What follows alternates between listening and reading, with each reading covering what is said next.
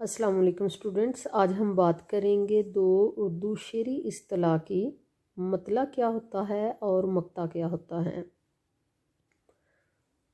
اردو شاعری میں جب ہم تشریح کرنے لگتے ہیں تو اردو غزل کی ہم جب تشریح کرتے ہیں تو پہلا ہی جو شعر ہے، مثال اس کی میں دوں گی مومن خان مومن کی یہ غزل، اثر اس کو ذرا نہیں ہوتا، رنج راحت فضا نہیں ہوتا۔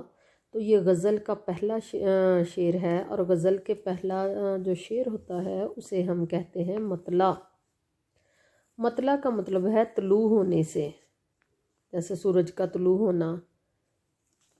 تو اس لیے غزل کا جو پہلا شعر ہوتا ہے جس سے غزل طلوع ہوتی ہے، یعنی غزل کا پہلا شعر جہاں سے غزل شروع ہوتی ہے اس کو ہم کہتے ہیں مطلع۔ اثر اس کو ذرا نہیں ہوتا، رنج راحت فضا نہیں ہوتا۔ نیچے والی ہم غزل دیکھیں مومن خان مومن کی، اس کا پہلا شعر ہے، ٹھانی تھی دل میں اب نہ ملیں گے کسی سے ہم، پر کیا کریں کہ ہو گئے ناچار جی سے ہم۔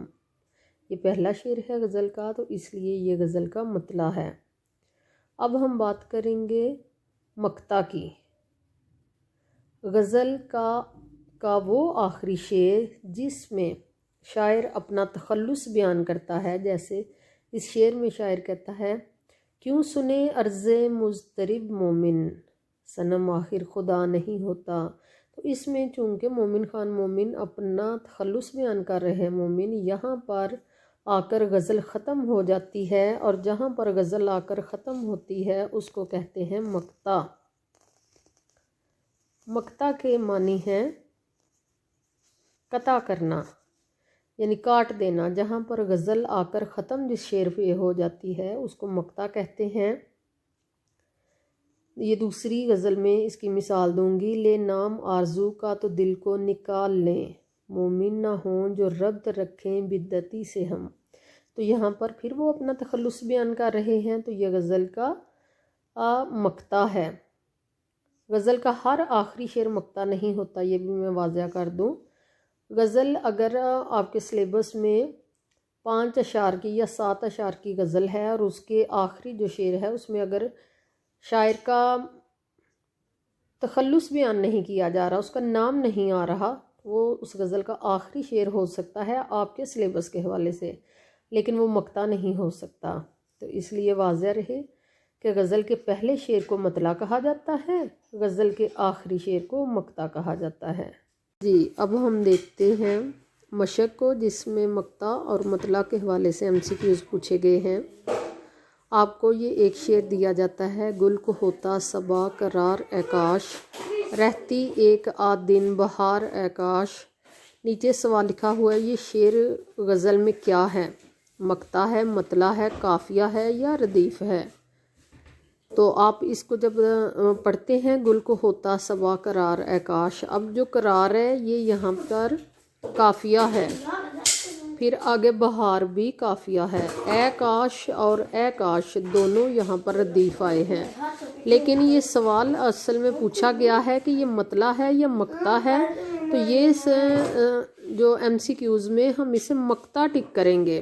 بے شک اس میں قافیہ بھی آیا ہے اور ردیف بھی آیا ہے، لیکن اگر ہم MCQs کو دیکھیں تو MCQs میں یہ پوچھا جا رہا ہے یہ شعر غزل میں کیا ہے۔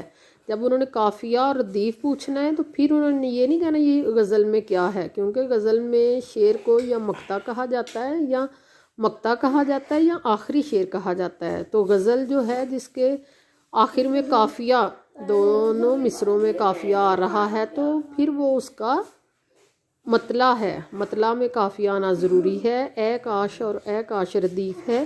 ردیف آنا ضروری نہیں، غیر مردف غزل بھی ہوتی ہے، لیکن قافیہ اس میں شامل ہو اور دونوں مصرے ہم قافیہ اور ہم ردیف ہوں تو اس کا مطلب ہے کہ یہ مطلع ہے۔ اگلا MCQs آپ دیکھیں، ٹک میر جگر سوختہ کی جلد خبر لے، کیا یار بھروسہ ہے چراغ سحری کا۔ یہ شعر غزل میں کیا ہے؟ مطلع ہے، مقطع ہے، قافیہ ہے یا ردیف؟ تو اس میں اگر آپ دیکھیں تو ٹک میر جگر سوختہ کی جلد خبر لے، کیا یار بھروسہ ہے چراغ سحری کا، تو اس میں چونکہ میر کا نام یہاں پر آیا ہے، یہ اس غزل کا مقطع ہے۔